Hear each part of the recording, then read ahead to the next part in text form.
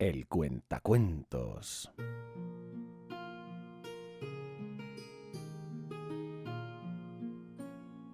Este es el relato del fin de los tiempos de Warhammer.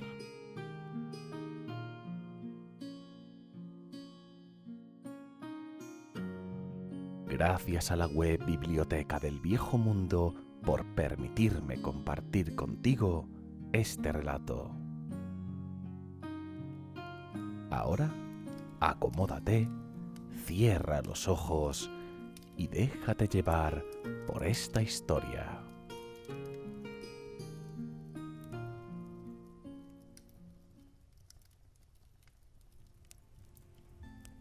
Capítulo 1. Masacre en la Puerta del Águila, parte 1.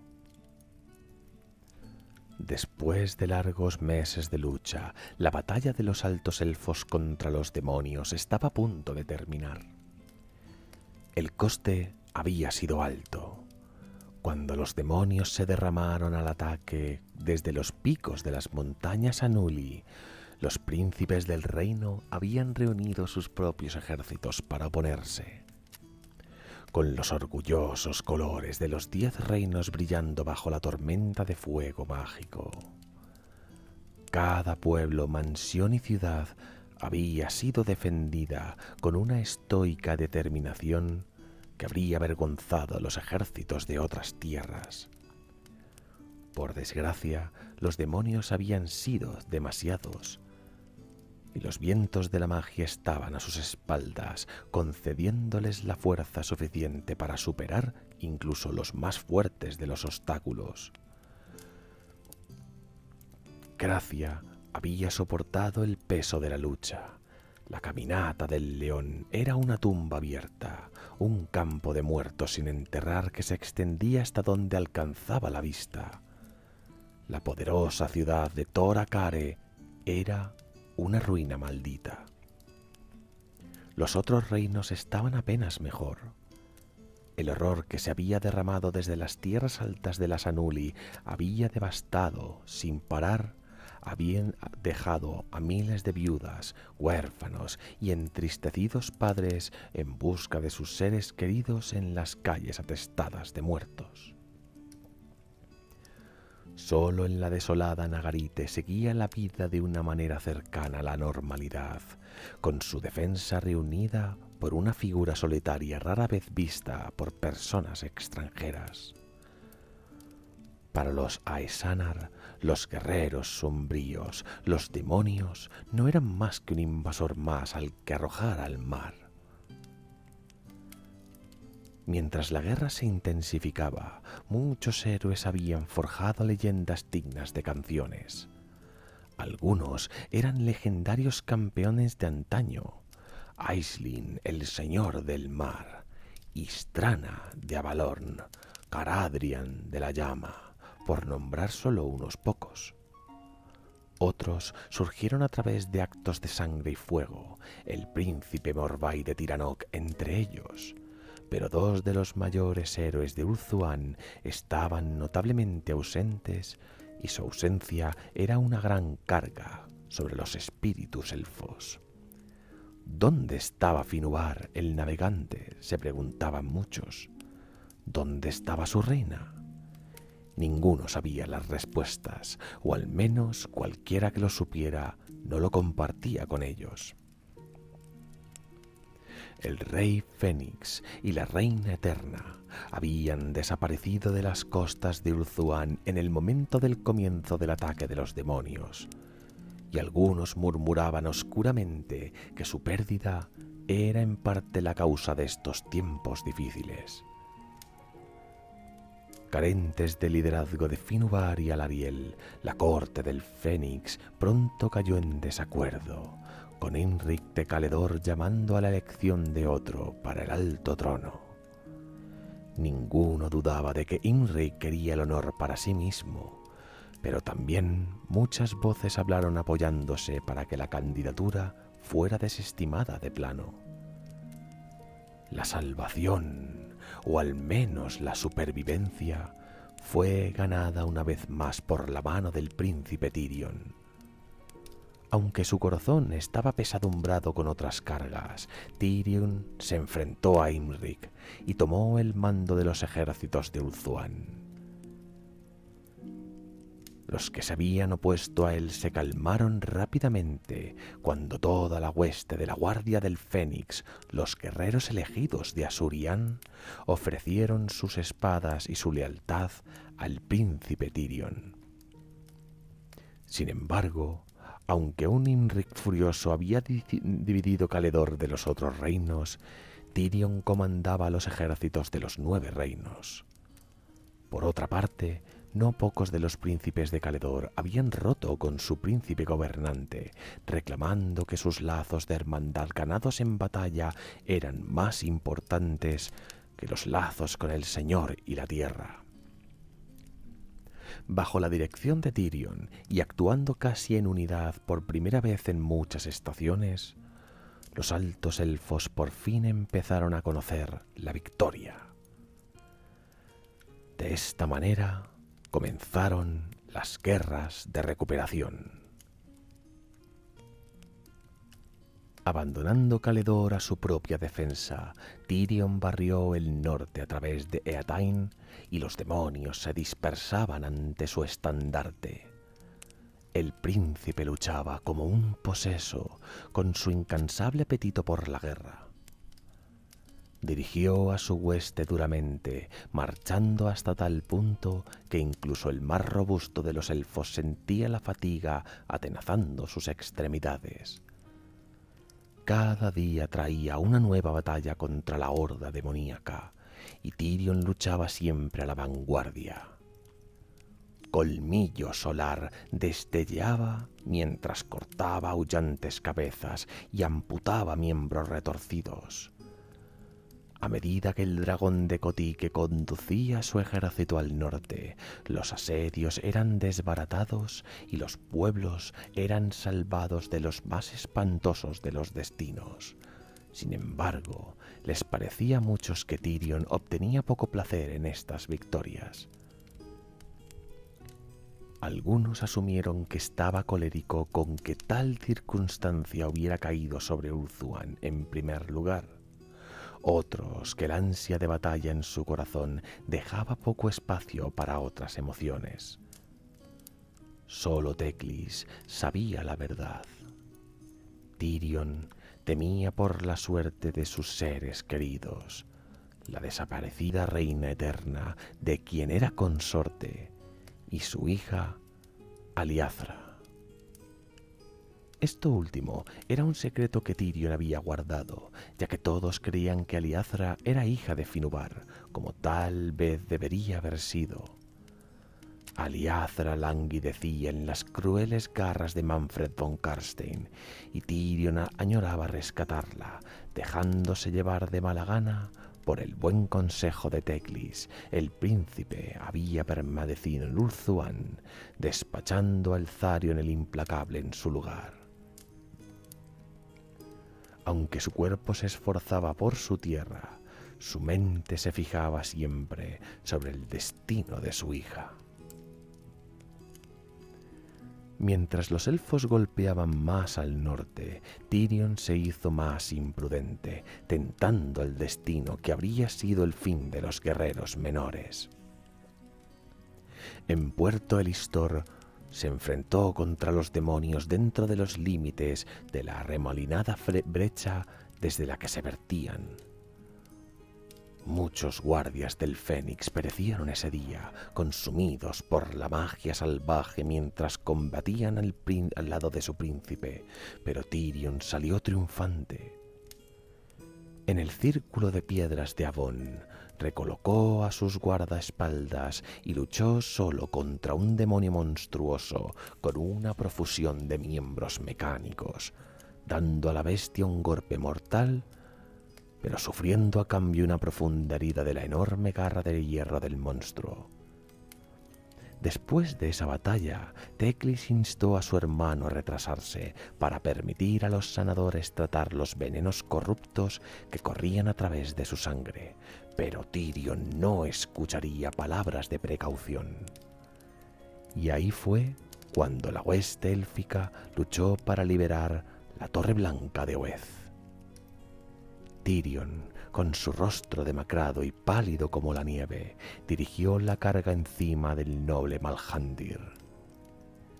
Incluso en su estado herido, el príncipe no pudo ser superado por los soldados de infantería del ejército del caos, pero antes de las puertas de Oez encontró a su igual.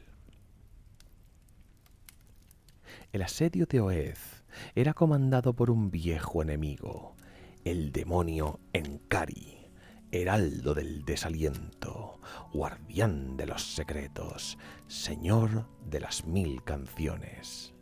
Enkari había atormentado Ulthuan desde sus días más antiguos, y a Tirion casi desde su nacimiento. El monstruo se apartó de las puertas astilladas de madera estelar para enfrentarse a su viejo enemigo. Enkari se había alimentado profundamente del tormento de Ulthuan y su vil forma ondulada, con potencia apenas contenida. Con las venas todavía malditas con veneno demoníaco, Tirion no podía competir con tan poderoso enemigo. Debería haber muerto con el mismo barrido de garra que dispersó a los caballeros de Torandar, si Corgil Melena de León no hubiera surgido para tirar al príncipe de la silla, para a continuación mantenerse firme entre Enkari y su presa herida. El guardián de los secretos se había reído de Coril, burlándose de su temeridad de hacer frente a un enemigo mucho más allá de su propia escasa habilidad. Pero luego la Chachayal destelló para cortar uno de los brazos del demonio, y Enkari ya no se rió más. Aún así, hubiera ido muy mal para Coril en ese momento si no fuera por un determinante ataque de la Guardia del Fénix, llevando a Teclis a su lado, lo que obligó a Enkari a hacer una ignominiosa retirada a las colinas, con todos sus adoradores detrás. Con la torre de Oez al fin liberada y Safarik fortificada contra nuevos asaltos, Teclis profundizó en el antiguo saber de la época de Caledor Domadragones, buscando un método mediante el cual los demonios pudieran ser verdaderamente repelidos. Mientras tanto, obligado a convalecer por sus heridas, Tirion intentó una reconciliación con el dividido Caledor. Sin embargo, Imrik se negó a parlamentar y ordenó a todos los heraldos que volvieran hasta la frontera del reino. Esta negativa llevó a Tirion a una cólera tan insoportable que por 3 días nadie, ni siquiera Teclis, pudo hablar con él. Cuando por fin Tirion estaba lo suficientemente tranquilo, convocó a los otros príncipes y juró que Caledor sería expulsado de la corte del Fénix hasta que su díscolo príncipe rogara perdón de rodillas.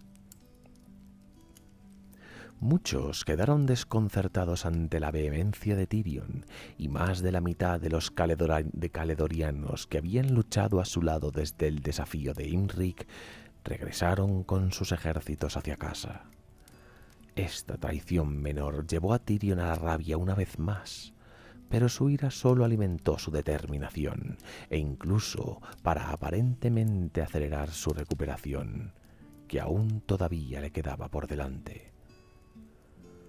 Muchos elfos vieron la luz de la guerra bailando en la cara de Tirion y se abrieron de nuevo a su propósito. Por lo tanto, cuando los elfos se arrastraron de nuevo hacia el norte, lo hicieron como una llama purificadora que purgaba todo a su paso. Después de que los demonios hubieran sido expulsados de Yvresse, comenzaron los rumores de figuras veladas reuniéndose alrededor de los monolitos fronterizos, inesperadas lanzas llevadas a la batalla en tiempos de necesidad. Patrullas nocturnas emboscadas por demonios entre las nieblas del pantano de las lamentaciones, Hablaban de refuerzos de huestes caballerescas cuyos estandartes recordaban a tiempos antiguos y que desaparecían con el amanecer del sol. En Azel Tamara, Teclis fue testigo de tal intervención, mientras silenciosos arqueros se deslizaban a través de los árboles para descargar andanada tras andanada contra los flancos de los demonios antes de dispersarse como la niebla. No eran cadáveres animados, ni marionetas salidas de una tumba, sino guerreros levantados de buen grado por las mareas de la magia para defender su tierra natal. En el momento que las guerras de recuperación recorrieron Avelorn, Tirion había recuperado su salud, aunque su estado de ánimo era todavía negro como la noche. En todos los largos meses no había habido ninguna señal de Finubar o Alariel, ni había habido alguna noticia del Tharion en relación con el destino de Aliazra. Colmillo Solar no era ahora solo la espada de Tirion, sino el ejecutor de su ira. La ira, miedos y frustraciones del príncipe fluían a través de cada golpe de la espada. Los demonios fueron asesinados a miles, docenas de ejércitos enviados de vuelta al reino del caos mediante el coraje y el acero. Sin embargo, Tirion todavía no estaba satisfecho. El príncipe anhelaba venganza contra Encari. Por otra parte, Teclis había considerado que el guardián de los secretos servía como anclaje de los demonios al mundo mortal como yo lo había hecho antes. Si Encari moría, el mago estaba seguro de poder tejer un hechizo que expulsara a gran parte de la horda demoníaca. A la orden de Tirion, los caballeros de Lirion barrieron a Avelorn en busca de signos del paso del demonio. Por fin, después de muchas batallas y mucho buscar, la noticia llegó a Tirion de que Encari se había apoderado de la antigua aguja lunar.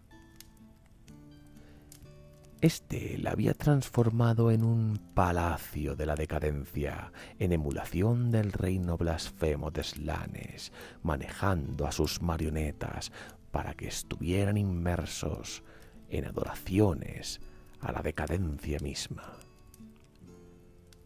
Antes de que el mensajero hubiera terminado de hablar, Tirion había puesto a su ejército en marcha en la concurrida noche. Así comenzó la batalla de Aguja Lunar, el mayor conflicto en las guerras de recuperación. Decenas de miles de demonios se reunían debajo de la antigua torre.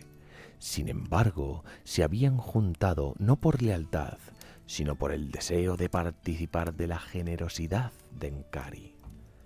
El señor del desaliento había tomado muchos esclavos desde su aparición en el mundo de los mortales, y su agonizante terror era una mezcla de embriagadora y de miedo para los demonios.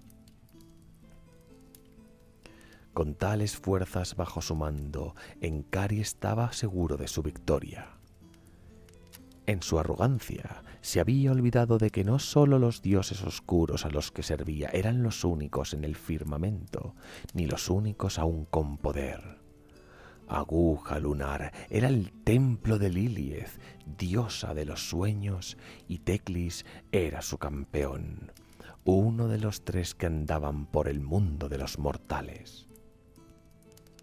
La magia encadenada a sus piedras era de Teclis para usarla, y cuando las falanges de altos elfos se estremecieron bajo la primera oleada de demonios, las desató para sus propósitos.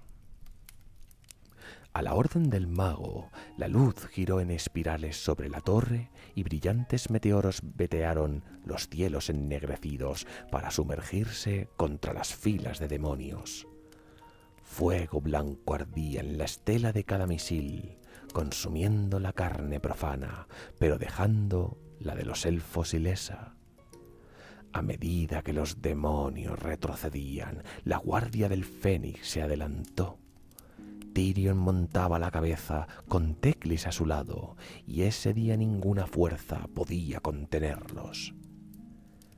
Tirion luchaba como un dios de la guerra, incansable en su furia. Y el fuego lunar de Lilith ardía en la cara y en la espada de Teclis, y ningún demonio se atrevía a acercarse. Al final, Enkari se enfrentó a los gemelos. Era un poderoso semidios del sufrimiento y la desesperación, pero esa noche no le valió de nada. A medida que el demonio se internaba en las filas de la Guardia del Fénix, Teclis envió el fuego lunar quemando a través del cuerpo de Enkari. Con la carne ennegreciéndose, el demonio rugió y cargó contra el mago, pero Tirion dio un grito de batalla propio y tocó con sus talones los flancos de Malhandir. Agachándose en la silla, el príncipe pasó por debajo de las poderosas garras de Enkari y Colmillo Lunar destelleó para abrir una herida profunda en el vientre del demonio. Enkari golpeó hacia Tirion, pero el dolor había reducido las reacciones del demonio, y Malhandir llevó al príncipe entero antes de que el golpe llegara a asestarse. Entonces las alabardas de la Guardia del Fénix estaban cerrándose sobre Enkari. Sus ataques no eran más que pinchazos contra la piel del demonio, pero la llama de Asurian lo hizo retroceder. Una docena de los fornidos guerreros cayeron bajo las grandes garras segadoras. Entonces Teclis envió el fuego lunar hacia adelante una vez más y Enkari se tambaleó. Al ver a su enemigo distraído, Tirion se adelantó una vez más. Colmillo Lunar se clavó profundamente en la columna vertebral de Enkari y el demonio cayó gritando sobre sus rodillas. La espada de Tirion destelleó una vez más y la cabeza del demonio cayó de sus hombros. Tirion no tuvo tiempo para regocijarse en su victoria. Los demonios habían odiado a Enkari y no se desanimaron por su caída. A medida que el príncipe se lanzó a la batalla una vez más, Teclis presionó hacia Aguja Lunar. Rodeado de maestros de la espada, se abrió camino a través de los horrores de la torre plagada de demonios, arrastrando la cabeza cortada de Enkari al altar de la cumbre. Los elfos que luchaban en la llanura miraron hacia arriba con asombro, mientras la voz de Teclis se hacía eco a través de los cielos, con la luna brillando más brillante que nunca con cada sílaba. Los demonios, quizá detectando que su caída estaba cerca, aullaron con una voz terrible mientras Teclis entonaba la última palabra y aplastaba con la base de su cayado la cabeza con cuernos. El cráneo del demonio se dividió en dos y el sonido ensordecedor de un trueno quebró el cielo. Hubo un destello brillante y después muchos juraron ver la esbelta silueta de Lilith cernirse sobre el campo de batalla. Fuego blanco latió hacia afuera de la aguja lunar, barriendo a través de las huestes reunidas y ondulando a lo largo de las tierras de más allá. Por donde pasaba, los demonios ardían hasta las cenizas, pero los elfos que se enfrentaban con ellos no sentían nada más que la suave caricia de la diosa de la luna y no oían nada más que su voz tranquilizadora. Desde el pináculo de aguja lunar, Teclis vio extenderse el fuego por todo el país. No se detendría, sabía, hasta que llegara a las costas del océano y no dejaría demonio ileso. Regresarían con el tiempo, pero cada momento era probable que fuera valioso en los próximos días. Los dedos del mago se apretaron alrededor del báculo lunar de Lilith, ahora frío e inerte. Ya podía sentir sus magias vivificantes escaparse y podía sentir el dolor que mantenía a raya deslizándose en sus extremidades. Sin palabras, Teclis cayó hacia atrás desde el altar y habría caído sobre el parapeto de aguja lunar si no le hubieran alcanzado dos maestros de la espada en el último momento. El báculo lunar, ahora mera madera y decoración, cayó de las manos de Teclis. Esta vez, los maestros de la espada no fueron lo suficientemente rápidos. El báculo golpeó la piedra, rompiéndose en 3 pedazos, mirando hacia abajo los fragmentos rotos, y Teclis juzgó el sacrificio digno.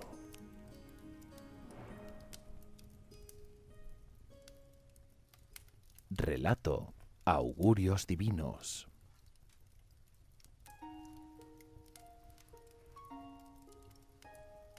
¿Por qué estoy aquí, Imrik?, preguntó Teclis, con la esperanza de que el otro no se diera cuenta del dolor en su voz.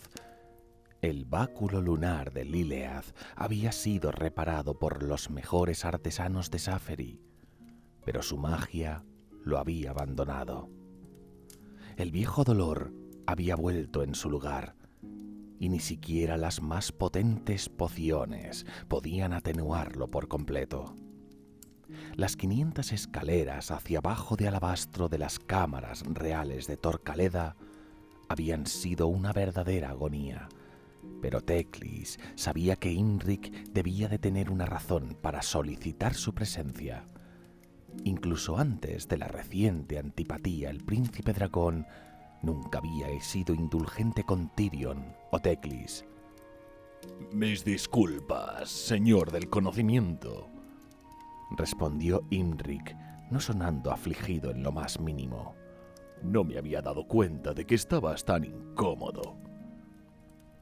Dio una breve inclinación de cabeza a los 2 príncipes dragón que guardaban la puerta y se hicieron a un lado sin decir una palabra. Más allá, la piedra tallada de Torcaleda dio paso a la penumbra fría de una caverna llena de estalactitas. Imrik se dirigió a través de la oscuridad, aunque a Teclis le pareció que el ritmo del príncipe se había reducido a solo una fracción. En cuanto a la razón de tu presencia, hay algo que quería que vieras, continuó Imrik imperiosamente. Me han dicho que solo tú puedes entender su significado. ¿Y quién te dijo eso?, preguntó Teclis, tambaleándose para mantener el ritmo. El mayor de mis señores, dijo Imrik suavemente. Caledor, doma dragones. Se quedó en silencio una vez más, invitando a Teclis a contradecirlo para refutar la afirmación imposible. Teclis no dijo nada. También él había hablado con el antiguo mago en las últimas semanas, a través de las paredes del gran vórtice, pero ahora no era el momento de decirlo. Imrik era llevado por el orgullo, y cualquier desafío era probable que fuera mal. Teclis ya estaba arriesgando suficiente con su presencia en Caledor. Tyrion no estaría contento. He soñado mucho últimamente, continuó Imrik, con sus pasos haciendo eco a través de la oscuridad. He soñado con Ulthuan de vuelta a lo que solía ser, de nuestra estrella en ascenso una vez más, nuestro dominio restaurado. Su voz se hizo más distante y melancólica. Hace un mes, Lilith vino a mí mientras yo estaba durmiendo. Actuó como heraldo de mi antepasado, guiándome hasta el corazón del gran vórtice de modo que pudiera oír su sabiduría, puede haber alguna señal más genuina sobre la vuelta de Caledor a la grandeza que una diosa actúe al servicio de nuestro ancestro más grande? Teclis no dijo nada. Según sus conclusiones, la comprensión de Imrik de la relación estaba trastocado meticulosamente, pero de nuevo se contuvo. Afortunadamente, parecía que la pregunta había sido retórica. Mi antepasado me dijo que un momento de grandes cambios estaba sobre nosotros, donde las amistades y odios de antaño ya no gobernarían nuestros destinos. Me dijo que si deseaba que nuestra gente sobreviviera, tenía que dejar de lado el pasado y abrazar el futuro. Un precio muy elevado para un príncipe de Caledor, dijo Teclis con sequedad. Imrik lo miró fulminantemente, pero siguió. Al día siguiente, un barco salió del oeste, con el signo de Lilea sobre sus velas, el dragón de Caledor en su proa. No tenía tripulación, a excepción de una sola Nagarotti, que incluso ahora languidece en mis calabozos, en la bodega. Bueno, míralo por ti mismo. Imrik llevó a Teclis a una enorme cámara. El mago dio un vistazo a las formas majestuosas de dragones dormidos, pero su atención se dirigió con rapidez a los huevos de dragón que se extendían hasta donde sus ojos podían ver. Hay cientos, suspiró Imrik. El saqueo de incontables generaciones ha regresado sano y salvo. Arrancando la mirada de los huevos, Teclis miró hacia arriba para ver una sola lágrima corriendo por las mejillas del príncipe. ¿Qué significa esto?, exigió Imrik en voz baja. Creo que ya sabes la respuesta, dijo Teclis. Es la hora de que la secesión se deshaga. Nuestra antigua guerra debe terminar al fin.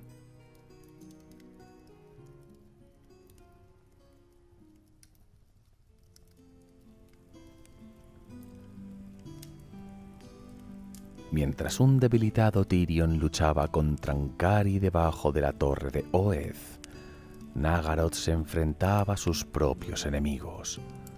La ferocidad de la horda sanguinaria había barrido gran parte de las defensas del norte y había asediado las grandes ciudades de la Tierra Fría.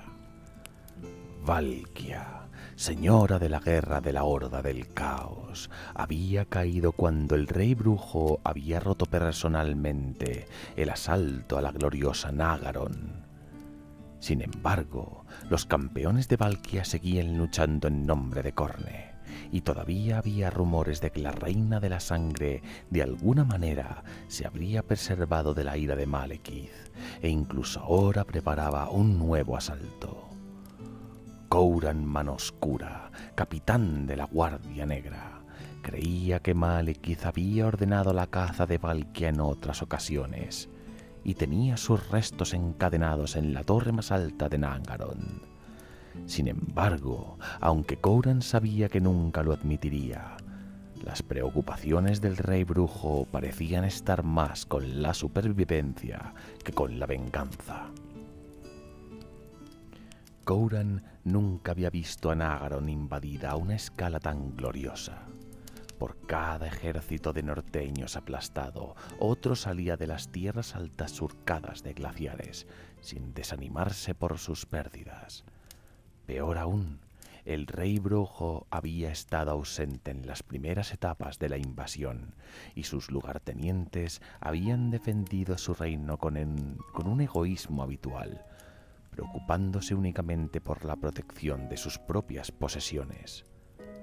Por lo tanto, una gran marea de guerreros ávidos de sangre llegaron tan al sur como Clar Caron y arrasaron la ciudad hasta los cimientos.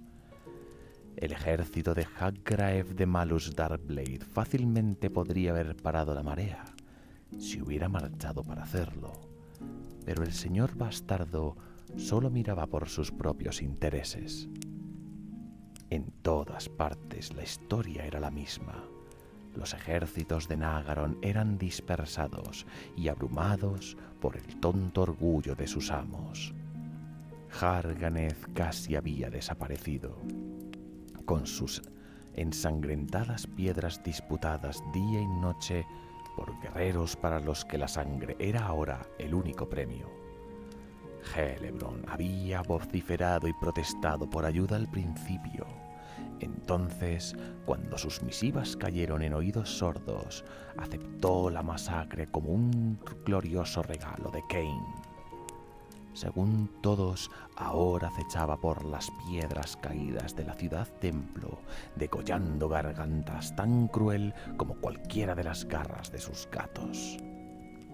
Epnir desolla almas, con su rango en peligro por ser incapaz de defender la torre de vigilancia de Bolroth, había conducido un ejército a los glaciares con el objetivo de detener la marea de norteños y así tal vez ganar el perdón del rey brujo. Desolla Albas había muerto en cuestión de horas, con su pérdida siendo de poca importancia si se comparaba con los miles de soldados que habían muerto con él, guerreros que se necesitaban con urgencia si Nagaroth quería sobrevivir. Hubo excepciones, por supuesto. Incluso entre los elfos oscuros estaban los que podían ver más allá de sus propios intereses por el bien del reino. Cuando una veintena de caudillos de la horda sanguinaria habían fletado sus lanchas sobre la fría isla de Karonkar, Lokisfelgerd y Dain Brakhud habían dejado a un lado sus diferencias para llevar la destartalada flotilla a la batalla. Trabajando juntos, habían causado una mayor masacre entre los invasores que la que hubieran hecho por separado. Sin embargo, una vez más, el número de norteños resultó ser demasiado grande, y por cada proa embadurnada en sangre enviada a sumergirse en las profundidades del océano, 2 más se deslizaban a través del bloqueo hasta ciudad esclavista de Karonkar. Incluso entonces, la ciudad podía haberse mantenido firme si un terremoto no hubiera destruido sus muros exteriores. Al principio, este acontecimiento parecía ser otro desastre en una época plagada de ellos, hasta que las catacumbas debajo de Karonkar se abrieron y los hombres rata arañaron su camino hacia la luz. Atrapados entre la rabia de sangre por encima y la hechicería alimentada por piedra bruja por debajo, los defensores fueron sobrepasados con rapidez. En poco tiempo, los buques de guerra de Blackhood y Felgerd fueron presionados para evacuar a aquellos que pudieran.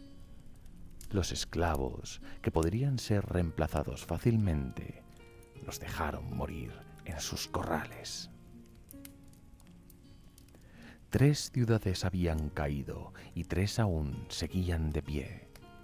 Ahora, mientras Nagaron se encontraba en un momento de calma inesperada, Malekith marchó al norte con una hueste de miles.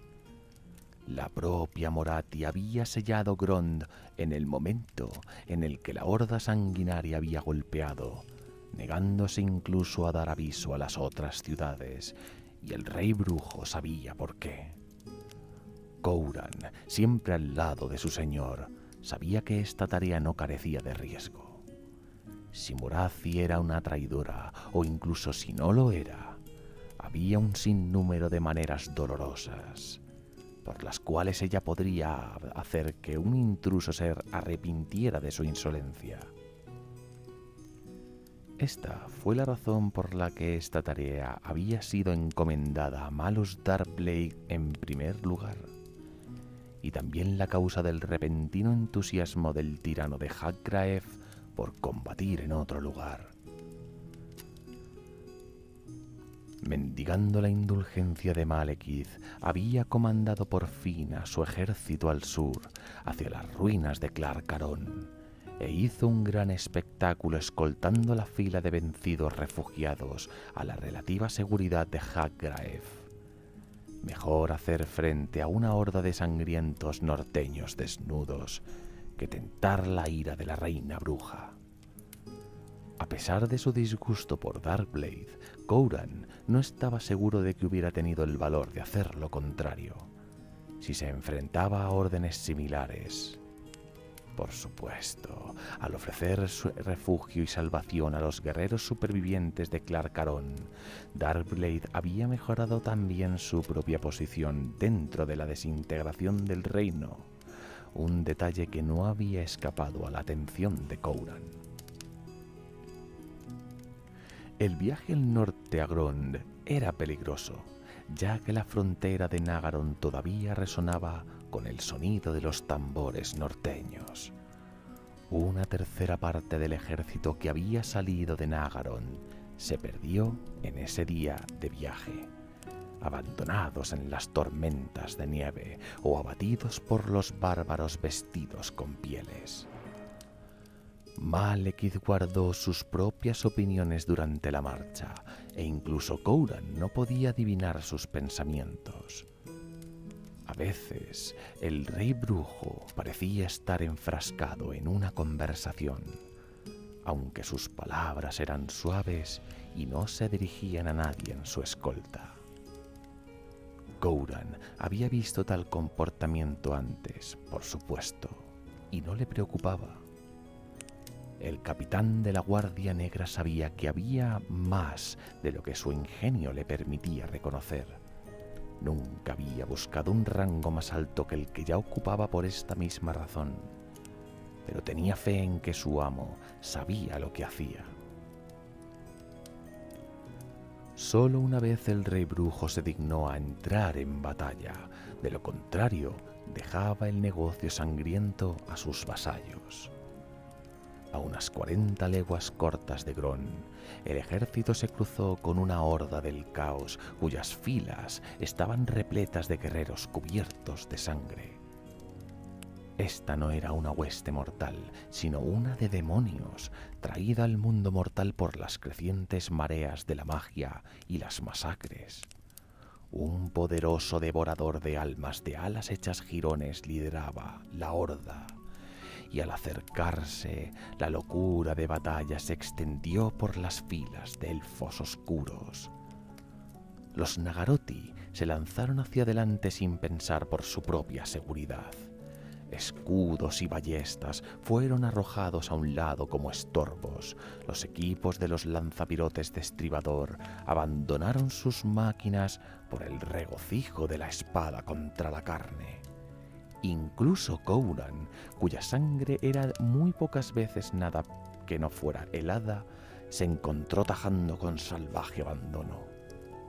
Si no había demonios al alcance del arma, los elfos oscuros se volvían unos contra otros con la misma ferocidad. El ejército entero se habría perdido salvo por Malekith, el único que no parecía totalmente afectado por la influencia del devorador.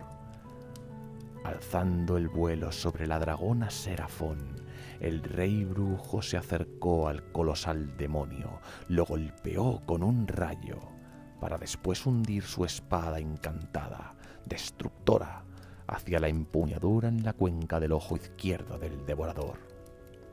Con la muerte del gran demonio, un sentido de disciplina regresó a las filas de los elfos oscuros. Aunque la batalla se prolongó mucho antes de que sus fuegos se apagaran, a partir de ese momento su resultado nunca estuvo en duda. Al terminar, muchos se preguntaron cómo Malekith había mantenido su juicio donde ningún otro lo había hecho. Solo Couran reconoció la verdad. El alma del rey brujo ya estaba desbordada con tanto odio que no dejaba espacio para nada más. Por fin, el ejército de Malekith alcanzó Grond, o más bien la densa maraña de espinas negras que estaban donde debería haber estado la torre. El retorcido matorral se estiraba por leguas en todas las direcciones, arañando hacia el cielo en un punto en el que se había cernido sobre Nagaron.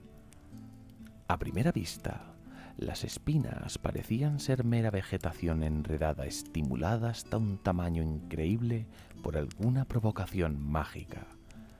Sin embargo, mientras el ejército se detenía a la sombra del laberinto, se dieron cuenta de cómo la superficie de las ramas fluía como el agua, como las hojas, con las hojas retorciéndose cuando alguien se acercaba. Esqueletos yacían esparcidos entre el lodazal, con raíces negras latiendo enredadas entre sus huesos limpios de carne. No era de extrañar que los invasores hubieran dado un gran rodeo a Grond. A medida que se acercaba Malekith, el muro de espinas se abrió para revelar a una de las brujas de Morathi, Drusala. Esbelta y hermosa incluso para los estándares irreales de la corte de Morathi, su pelo se había enredado con pequeñas zarzas negras que se retorcían y se enroscaban como serpientes de medusa. Se dirigió al rey brujo con la deferencia debida y explicó que su llegada había sido prevista. La reina Morathi, la eterna Hekarti renacida, otorgaría a su hijo a una audiencia, pero solo a él. Todo el mundo se sorprendió de que la reina bruja se hubiera proclamado como divina, todos menos Malekith, que una vez había hecho saber que era Cain renacido con el fin de controlar los cultos de brujas. Sospechaba de un motivo similar en juego en la súbita ascensión de su madre. Las hechiceras estaban siempre preparadas para la traición, y Morathi estaría buscando cualquier certeza que pudiera. Gowran gruñó ante la demanda de la hechicera. Sabía de primera mano cómo era de desleal Morathi. Incluso ahora los recuerdos aún lo perseguían. Sin embargo, Malekith agitó el brazo para silenciar a su guarda y fríamente aceptó la invitación. Desmontando de Serafón, el rey brujo siguió a la heraldo de su madre entre la maraña de zarzas. Con un crujido ominoso, la pared se cerró apretada detrás de él. Relato: tensiones familiares. La cámara de audiencias era gloriosa en su suntuosidad. Cortinas de oro colgaban de todas las paredes y baldosas de basalto, pulidas hasta brillar como un espejo. Eran apenas visibles debajo de la alfombra de color vino oscuro. Estatuas de mármol con físicos impecables se alineaban en la cámara. La mirada de Morathi, como siempre, se detuvo en sus favoritos al entrar en la cámara. ¿Cuántos hombres habrían buscado su abrazo?, se preguntó. ¿Se darían cuenta de que esto sería su destino? No le importaba. Al igual que ella, permanecerían hermosos hasta la eternidad. Deberían sentirse halagados por el regalo y honrados de que ella los hubiera juzgado dignos de sus encantos. Malekith había llegado hacía algún tiempo, pero la hechicera bruja había sido incapaz de resistir la pequeña victoria de hacerlo esperar. Se dio cuenta de que no había tomado el asiento que le habían ofrecido, pero en su lugar había reclamado el trono de roca sangrienta en el otro extremo de la cámara. Morathi aplastó la chispa de irritación. Era un acto insignificante, calculado para provocar una respuesta que estaba decidida a no dar. Él vino, observó, estaba intacto. Malekith tenía una mente muy suspicaz, pero no podía culparlo. Hizo una profunda inclinación de cabeza como saluda, nunca una reverencia, ya que hubiera implicado sumisión, y se acercó a saludar a su hijo. «Has viajado muy lejos para hablar conmigo, hijo mío. ¿Debo sentirme honrada o tener miedo?» Todavía tengo que creer que cualquiera de esas palabras tiene algún significado para ti, madre, dijo Malekith con frialdad. Moratti se dio cuenta de que no hizo ningún intento de ejercer el majestuoso plural en privado. ¿No vas a sentarte? Continuó. «Para poder suplicar ante mi propio trono», pensó Moratti. «Estoy bastante contenta como estoy», le espetó. Aquí en su bastión la bruja estaba lejos de ser indefensa, pero eso no quería decir que disfrutara de la posibilidad de poner a prueba su habilidad frente a la de su progenie. «¿Por qué has venido?» No diste ninguna advertencia de la invasión norteña, como era tu deber, entonó Malekith, saboreando cada sílaba. Por otra parte, todavía te has abstenido de defender Nagaroth. Debería estar bastante furioso contigo. De hecho, durante mucho tiempo no tenía ningún pensamiento mejor que tu cuerpo roto bajo el látigo. El rey brujo se levantó del trono y comenzó a pasearse por la habitación, haciendo una pausa ante cada estatua para mirar a sus ojos. Tal vez reconociera a algunos de ellos, pensó Moratti. Muy probablemente lo hizo. Por tu culpa, Nagaroth está casi derrotada. Antes de que termine el año, no será más que otra ruina en un mundo ya lleno de ellas. Sin embargo, me parece que no siento tristeza por la pérdida. A pesar, Moratti sintió un súbito aumento de cólera. «Patético. Deshonras la memoria de tu padre». No, en absoluto. De hecho, tengo la intención de honrarlo como nunca antes. Nuestra gente ha caído en la debilidad y la miseria. Hemos crecido gordos y perezosos, una manada de bestias obtusas no aptas para el gran destino que las proporcionaré. Malekith se volvió hacia su madre y extendió las manos expansivamente.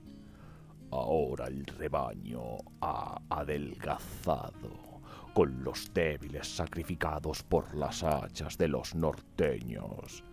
Te tengo que dar las gracias por eso, aunque estoy seguro de que no te importaba que se extendiera así. Los que quedan son todos guerreros y supervivientes. Serán mi ejército y la ruina de Ulthuan, ya que solo sobrevivirán gracias a apoderarse de la tierra que es suya por derecho. El trono de los 10 reinos por fin será mío. «He oído decir tales cosas antes», se burló Moratti. Antes yo no tenía ayuda.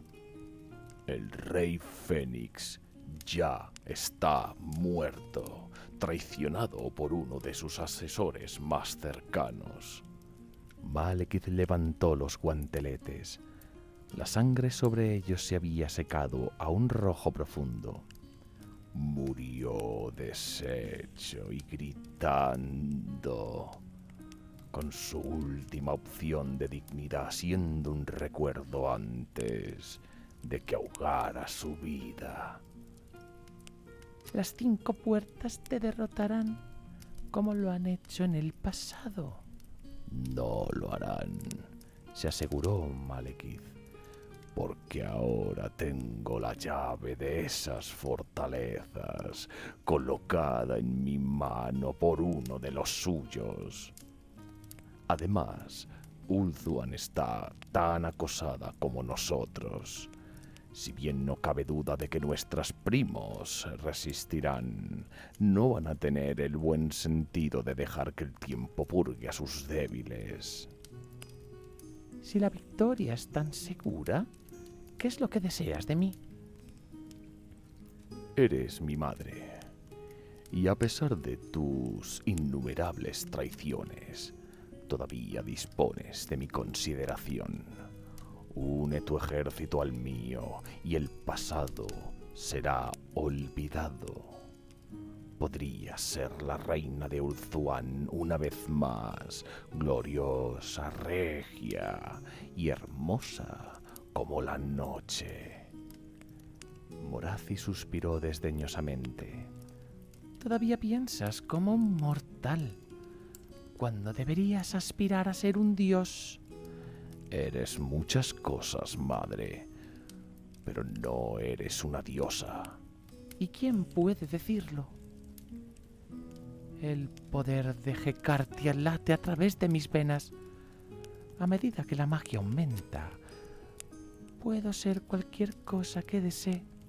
Y eso es todo lo que me importa mientras comienza el Ranadandra. No eres la primera en hablarme del fin de los tiempos. Sin embargo, sigo estando de alguna forma poco convencido. El mago, supongo, dijo Morathi con claro desprecio. ¿Creías que no lo escucharía susurrarte durante tu viaje? ¿Qué mentiras te dijo? Poco importa. Sirve a mis objetivos, se dé cuenta o no. Por supuesto, se burló Morathi.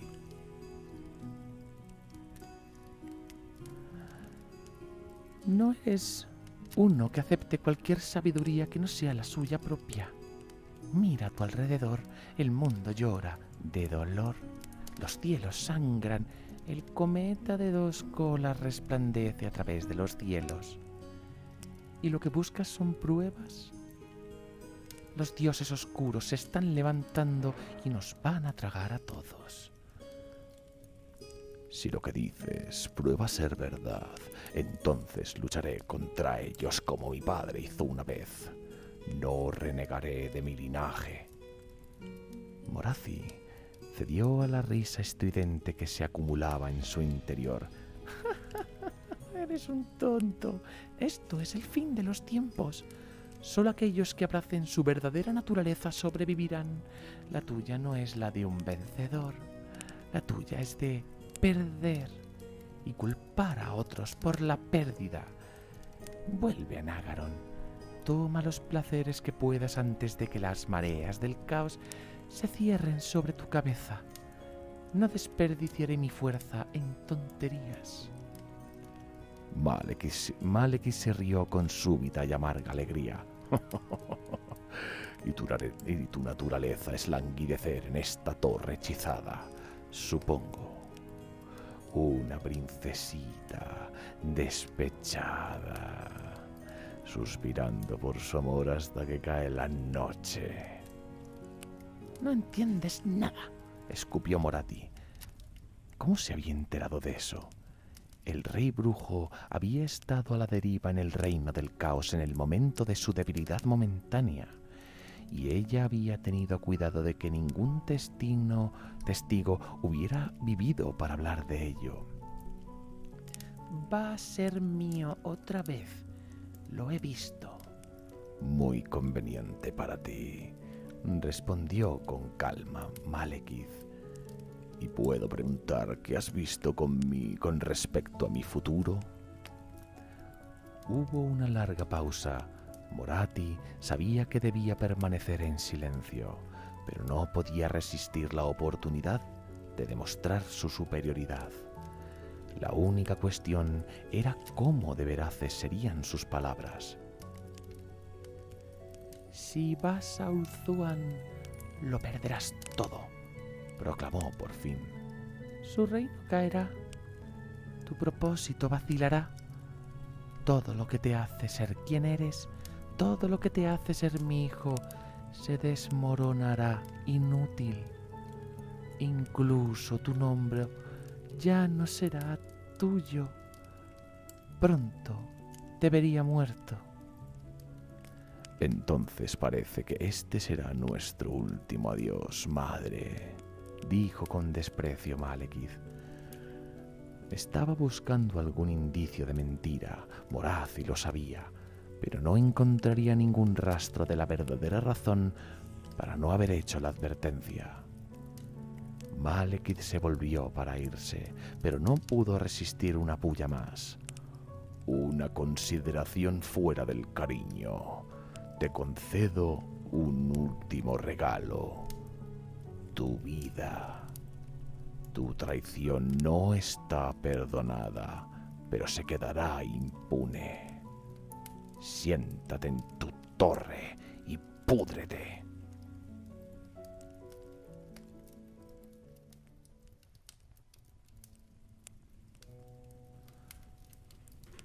No todos habían esperado que Malekith volviera desde dentro del laberinto de espinas. Ninguno en absoluto esperaba que lo haría de buen humor. Sin embargo, en ambas cosas los escépticos probaron estar equivocados, ya que el rey brujo surgió al aire frío con espíritu jovial. Malekith tampoco volvía solo. Una hora más tarde, cuando el ejército del rey brujo iba a levantar el campamento, la pared de enmarañadas espinas se abrió ampliamente para permitir la salida de muchos miles de la guarnición de Gron. La hechicera Drusala los lideraba y explicó que tanto ella como los que la seguían eran un regalo de Morathi, que se había dado cuenta de que no había sido ni tan hospitalaria o fiel como debía. Malekith escuchó el bonito discurso de Drusala sin una palabra. Después, con un gesto brusco, ordenó a Couran situar a los recién llegados en el corazón de la formación de marcha. En otra tierra, esto podría haber sido un honor, colocándolos tan cerca del rey brujo como lo hizo. En Nagaron no era más que un reconocimiento tácito de que Malekith tenía poca confianza, ya fuera en la generosidad de Morathi o la lealtad de Drusala. Los guerreros de Gron marcharían donde él y Couran pudieran mantener un ojo sobre ellos. Una hora más tarde, Malekith reunió a los miembros supervivientes del Consejo Negro de Nagaron. De los originales 100 señores y señoras, solo quedaban unos pocos. Algunos llevaban muertos semanas, otros habían perecido en su intento de responder a la llamada de Malekith, y uno de ellos había perecido bajo la espada de un asesino por negarse a la citación. Todos los que quedaban llevaban cicatrices de la reciente batalla, pero ninguno más que Hellebron, cuyo pelo largo y blanco estaba profundamente manchado de sangre seca y restos de vísceras. Incluso Edresor, el jefe de espías de Rey Brujo, se había visto obligado a probar su espada en las últimas semanas y había descubierto un nuevo gusto por la masacre. Solo faltaba la reina bruja, con su lugar tomado por Drusala, pero ninguno del consejo era tan tonto como para comentar sobre esa ausencia durante estos tiempos portentosos. Cuando Malekith anunció su intención de abandonar Nagaron a favor de un último golpe contra Ulthuan, las reacciones fueron variadas.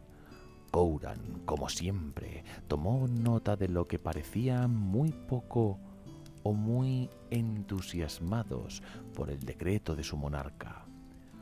Malus Darkblade, en particular, hizo un pobre espectáculo en ocultar su disgusto. El tirano de Hakraev había luchado su camino hasta el gobierno de su ciudad, y sin duda la idea de renunciar a su control era amarga para él. Sin embargo, el señor bastardo alzó la voz en señal de asentimiento, con cuidado de no dar un gesto de oposición demasiado claro.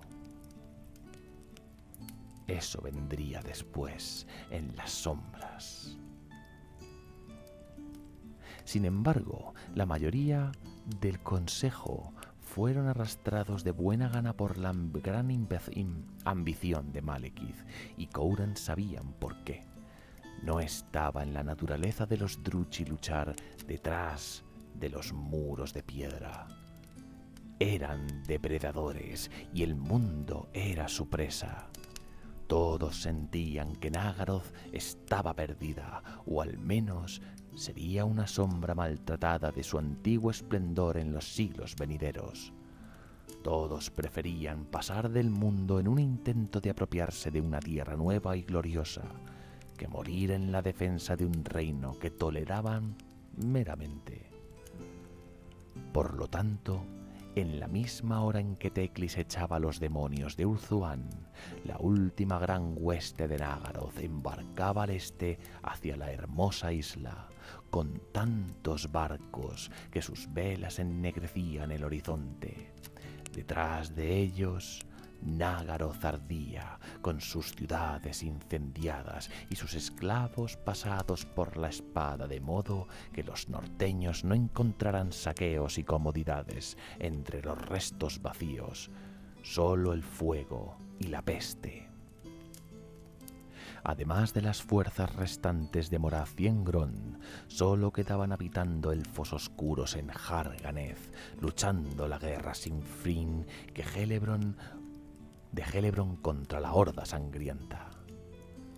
Algunos a bordo de las Arcas Negras miraron hacia atrás a la costa devastada con emociones encontradas, pero Malekith no se permitió nada más que una mirada hacia atrás.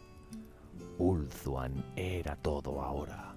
La victoria o la muerte sería lo que encontrarían todos allí.